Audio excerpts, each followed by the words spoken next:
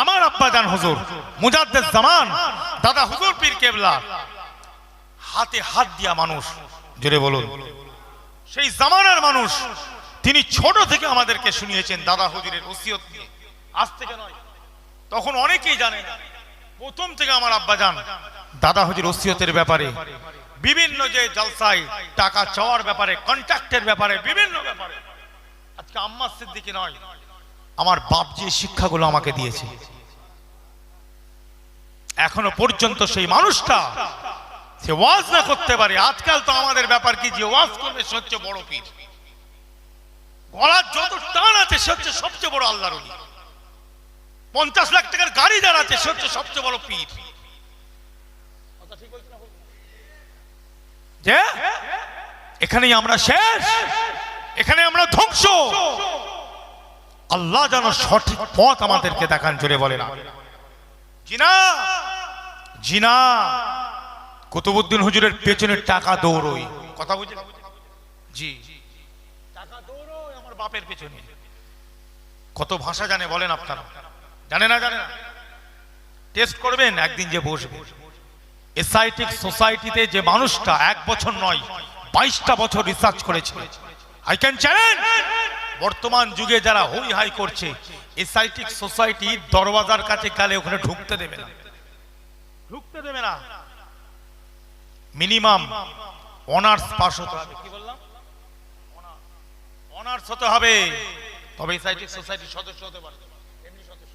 আমি ন্যাশনাল লাইব্রেরির কথা বলছি না, আমি ন্যাশনাল লাইব্রেরির কথা বলছি না, আমি এসআইটিক সোসাইটির কথা বলছি। ন্যাশনাল লাইব্রেরি আলাদা, এসআইটিক সোসাইটি।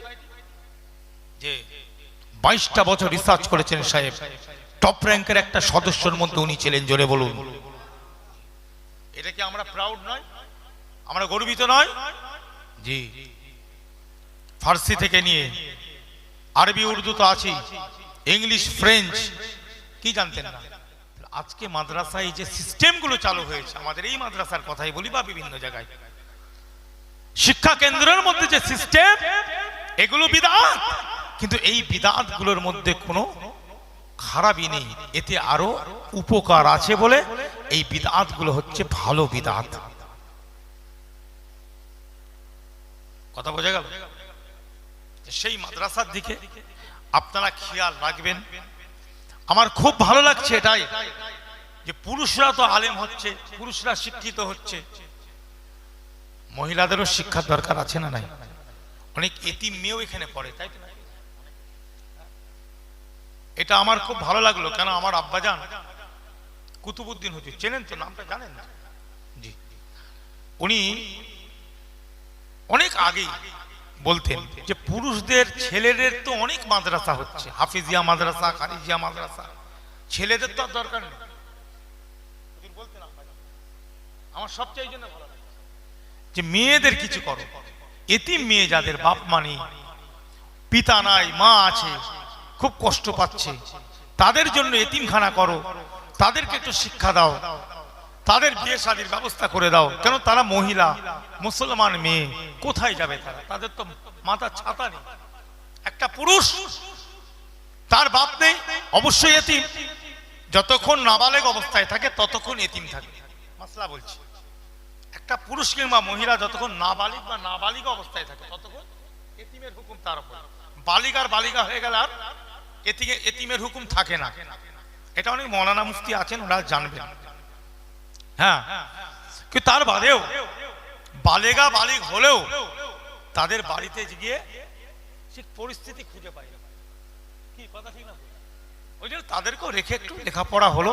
তার সাথে সাথে অনেক সংস্থা আছে, তারা তার বিয়ে শাদীর ব্যাপারটাও তারা কি করে, খরচা তুলে সবাই মিলে একটু সাহায্য করে। কেন? একটা পুরুষ সে বড় হলে একটা যে কোনো মিষ্টির দোকান হোক, যে কোনো জায়গায় গিয়ে একটা চাকরি বাকরি, যে কোনো একটা ব্যবস্থা করে নিতে পারবে, যেহেতু তার পর্দার ব্যাপার, যেটা বলে পর্দার ব্যাপার।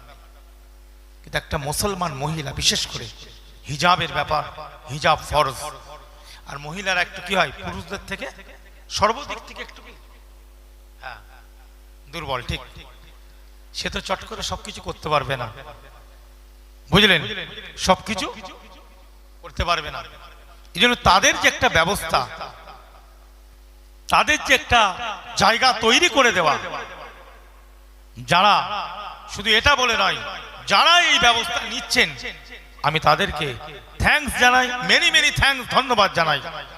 অবশ্যই এতদিন বাদে কিছু কাজ হচ্ছে, পুরুষদের সাথে সাথে মহিলাদের একটা জায়গা তৈরি হচ্ছে। কেন এই মেয়েগুলো এখানে পড়াশোনা করছে, আমি জানি না আপনাদের এখান থেকে কি পড়াশোনা করে কি মাধ্যমিক দিতে পারে, দিতে পারে, মাশাআল্লাহ।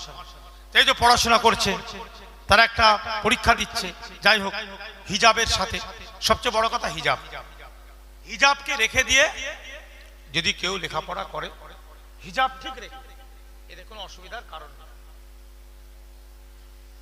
এবং মহিলাদের সাথে মহিলাদের তালিম দেওয়া, এটা আরো উত্তম, আরো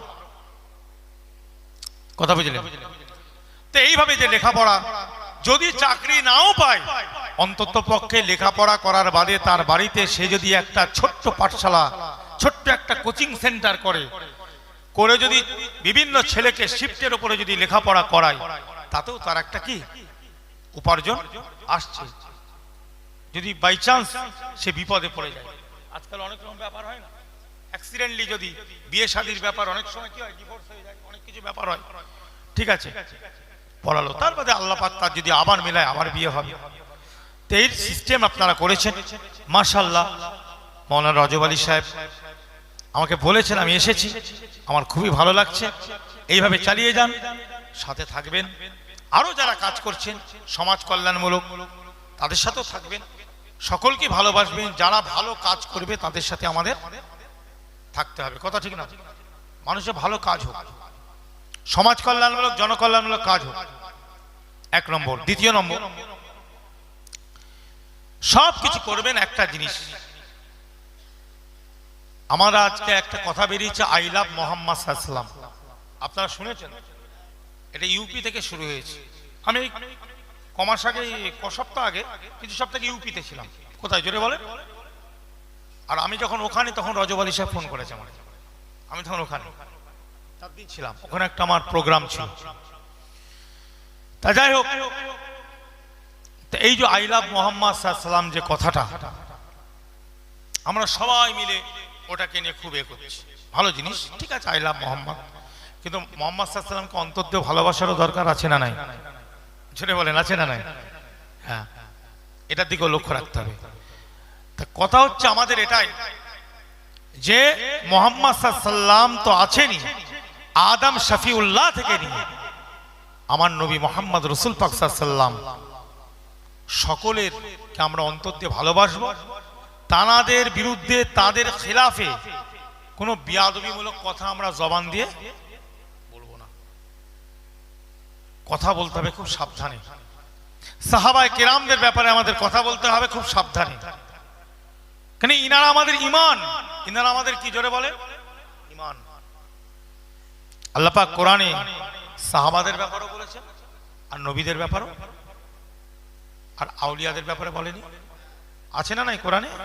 জি, চারটে শব্দতে আল্লাহ সব জানিয়ে দিয়েছে, চারটে শব্দ কোরআনে। কি? নবীন, সিদ্দিকিন, শুহাদা, সালেহিন। বলুন সুবহানাল্লাহ। চারটে শব্দ আল্লাহ এখানে এটাই বুঝিয়েছে।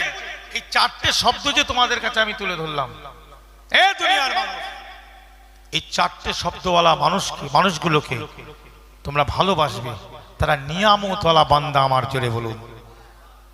আল্লাহ নিয়ামতওয়ালা বান্দা, তাদের বিষয়ে কথা বলার অধিকার আমাদের কারো। তারা যা খিদমত করে গিয়েছে, আজকে তারা কবরের মানুষ হয়ে গিয়েছে। আজকে দাদা হুজুর থেকে বলেন, মুশিরাট হুজুর থেকে বলেন, নিসারউদ্দিন সাহেব হুজুর বলেন, আব্দুল মাহমুদ সাহেব বলেন, আব্দুল খালেক সাহেব বলেন, শহীদুল্লাহ সাহেব বলেন, যত বড় বড়, তার সঙ্গে আমার 5 হুজুর কেবলা, তারা কাজ করেছে না, খিদমত করেছে না, করেনি?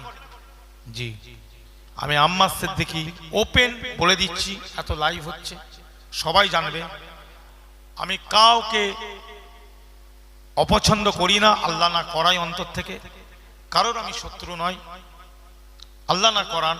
দুনিয়াবি দিক থেকে শত্রুতা রাখা কি গুনাহ না? গুনাহ না গুনাহ? দুনিয়াবি দিক থেকে শত্রুতা রাখা চলবে?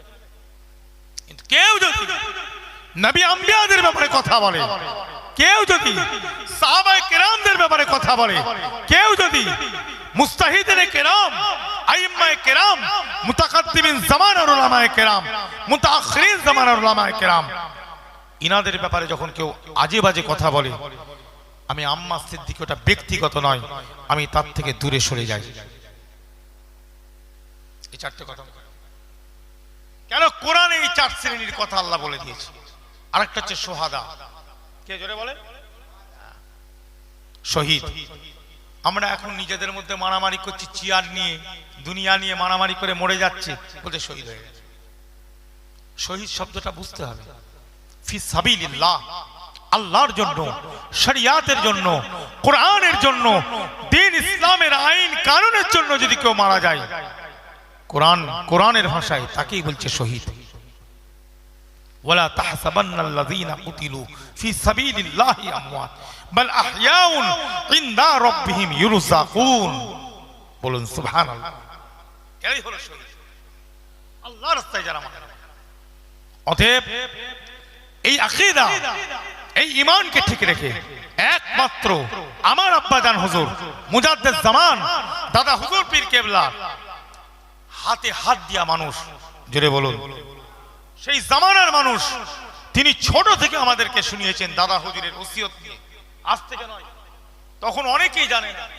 প্রথম থেকে আমার আব্বাজান দাদা হুজুর ওসিয়তের ব্যাপারে, বিভিন্ন যে জলসায় টাকা চাওয়ার ব্যাপারে, কন্ট্রাক্টের ব্যাপারে, বিভিন্ন ব্যাপারে, আজকে আম্মা সিদ্দিকী নয়, আমার বাপ যে শিক্ষাগুলো আমাকে দিয়েছে, এখনো পর্যন্ত সেই মানুষটা সে ওয়াজ না করতে পারে। আজকাল তো আমাদের ব্যাপার কি, যে ওয়াজ করবে সে হচ্ছে বড় পীর, গলার যত টান আছে সে হচ্ছে সবচেয়ে বড় আল্লাহর ওলি, 50 লাখ টাকার গাড়ি যার আছে সে হচ্ছে সবচেয়ে বড় পীর। যে এখানেই আমরা শেষ, এখানে আমরা ধ্বংস। আল্লাহ যেন সঠিক পথ আমাদেরকে দেখান, জোরে বলে না। জিনা, জিনা, কুতুবউদ্দিন হুজুরের পেছনে টাকা দৌড়ই, কথা বুঝলেন? জি, টাকা দৌড়ই আমার বাপের পেছনে। কত ভাষা জানে বলেন আপনারা? জানে না? জানে না? টেস্ট করবেন একদিন, যে বসবে এসআইটিক সোসাইটিতে, যে মানুষটা 1 বছর নয় 22টা বছর রিসার্চ করেছে।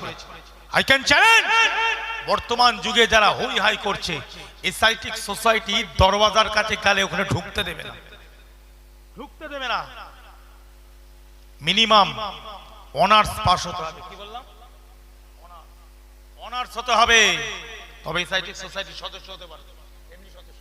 আমি ন্যাশনাল লাইব্রেরির কথা বলছি না, আমি ন্যাশনাল লাইব্রেরির কথা বলছি না, আমি এসআইটিক সোসাইটির কথা বলছি। ন্যাশনাল লাইব্রেরি আলাদা, এসআইটিক সোসাইটি। যে 22টা বছর রিসার্চ করেছেন সাহেব, টপ র্যাঙ্কের একটা সদস্যের মধ্যে উনি ছিলেন, জোরে বলুন। এটা কি আমরা প্রাউড নয়? আমরা গর্বিত নয়? জি। ফার্সি থেকে নিয়ে আরবি, উর্দু তো আছেই, ইংলিশ, ফ্রেঞ্চ, কি জানতেন না? একটা সময় আমার জন্ম হয়নি, অনেক এখানে মুরব্বীরা আছে, থাকতে পারে। আমার আব্বাজান এই বসিরহাট এলাকাও অনেক আগে এসেছেন, জানি না আমি। এখন বয়স হয়েছে 100 বছর বয়স। কত? মানুষটা দলিজও বসে না, অনেক ব্যাপার আছে।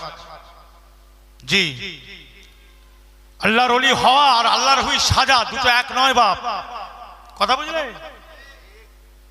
দুটো বড় বড়। আমি আম্মা সিদ্দিক এখন কোরআনের আয়াত আর হাদিস বলে দেবো বলে আমি আল্লাহর ওলি পীর হয়ে যাব না।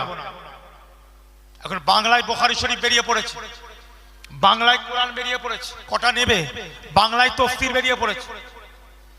আগে তো নাফসি কিতাব ছিল, যে কিছু কেউ কথা বললে পড়তে পারবো না, ভয় কথা। এখন তো সব বাংলা করে দিয়েছে বাংলাদেশ। এখন যে সে এখন ওয়াজের মজলিসে উঠে পড়ছে, কথা ঠিক না বলবো? যে সে ওয়াজের মজলিসে উঠে চিল্লাচ্ছে, কোরআনের আয়াত বলে দিচ্ছে, বাংলা বেরিয়ে পড়েছে। সুবিধা। আল্লাহর প্রিয় বান্দা, আল্লাহর ওলি হতে গেলে তাকওয়া, তাকওয়া, তাকওয়া। আল্লাহ কোরআনে বলছেন, ইয়া আইয়ুহাল্লাযীনা আমানুত্তাকুল্লাহ ওয়া কুনু মা'আস সাদিকিন। জোরে বলুন, ঈমানদারেরা তোমরা আল্লাহকে ভয় করো এবং যারা সাদিকিন সত্যবাদী ভালো মানুষ সলে মানুষ তাদের সোহবতে বসো। আল্লাহ যেন আমাদের সকলকে ভালো রাখেন। আসেন আমরা একটু মহব্বতের সঙ্গে সালাম পড়ে দিয়া নবী।